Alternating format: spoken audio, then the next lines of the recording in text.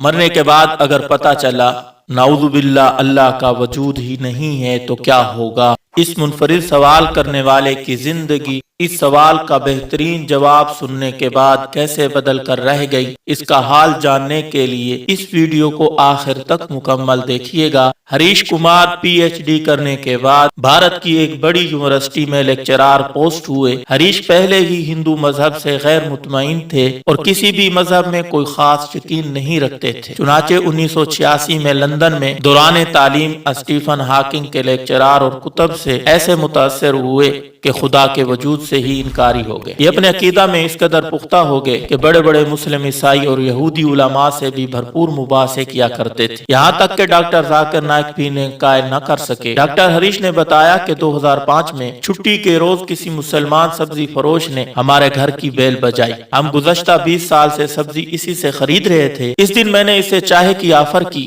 تو وہ مان گیا، اس نے دعوت قبول کر لی۔ میں نے حسب عادت اللہ کے وجود پر اس سے بحث شروع کر دی۔ 30 منٹ کی گفتگو سے معلوم ہوا کہ وہ سیدھا سادہ مسلمان ہے جو محض 5 وقت کی نماز پڑھتا ہے۔ ہاں البتہ وہ سودا میں ایمانداری کھرا سچا ہے، مال بھی بہترین ہوتا تھا اور مناسب دام پر بیچا کرتا تھا۔ گفتگو کے اختتام پر چلتے ہوئے اس سادہ لو سبزی فروش نے ایک ایسی بات کہی جس نے میری زندگی بدل کر رکھ دی۔ کہنے لگا، ڈاکٹر جی تم نے خود بولا ہزاروں سال سے تاریخ میں پیغمبروں کی کہانیاں چل رہی ہیں اور سب کے سب ایک اللہ اور جنت دوزخ کی بات کرتے ہیں، لیکن سائنس مرنے کے بعد حالات کا جواب نہیں دیتی۔ اب انسانوں کے لیے 2 ہی امکانات ہیں، یا یہ کہ نعوذ باللہ اللہ کا وجود نہیں ہے، یا یہ کہ اللہ کا وجود واقعی ہے۔ ڈاکٹر جی اب بات یہ ہے اگر تو اللہ کا وجود نہ ہوا تو مرنے کے بعد ہم دونوں برابر ہوں گے، لیکن اگر آگے جا کر اللہ موجود ہوا تو آپ تو دھرے جائیں گے، لہذا دونوں صورتوں میں فائدہ میں کون ہوا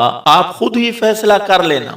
اس لیے بہترین یہ ہے کہ اللہ کو مان لیں اور اس کے کہنے پر چلیں۔ اس کا قرآن تو انسان کو سیدھی راہ پر چلنے کا ہی کہتا ہے۔ چنانچہ ڈاکٹر ہریش کہتے ہیں، میں نے ساری زندگی پروبیبلٹی پر لیکچر دیے، لیکن میرا کبھی اس پروبیبلٹی کی طرف دھیان ہی نہیں گیا کہ دونوں صورتوں میں ہی اللہ کو ماننے والا فائدے میں ہے۔ قصہ مختصر، اس سوچ کے بعد خیال آیا کون سا اسلامی مذہب بہتر ہے۔ مذہب کا علم تو پہلے بھی مجھے کافی تھا، البتہ ڈاکٹر ذاکر نائک کی ایک لیکچر میں 1400 سال سے پورے قرآن مجید کا حرف بحرف ایک ہونے کا سنا تو انگلینڈ میں کرسچن مشنری ادارے سے اس کی حقیقت دریافت کی تو سب نے اس بات کی تصدیق کی، لہذا میں اللہ کے فضل اور اس سبزی فروش کی رہنمائی سے مسلمان ہو گیا۔ الحمدللہ رب العالمین، آج مجھے اور میرے گھر والوں کو مسلمان ہوئے 15 سال ہو گئے ہیں اور میں اسلامی تعلیمات کے حصول کے لیے کیرلا شفٹ ہو گیا ہوں۔ میری 3 بیٹیاں ہیں جو ماشاءاللہ حافظ قرآن ہیں، اور اسلام کی دولت ملنے کے بعد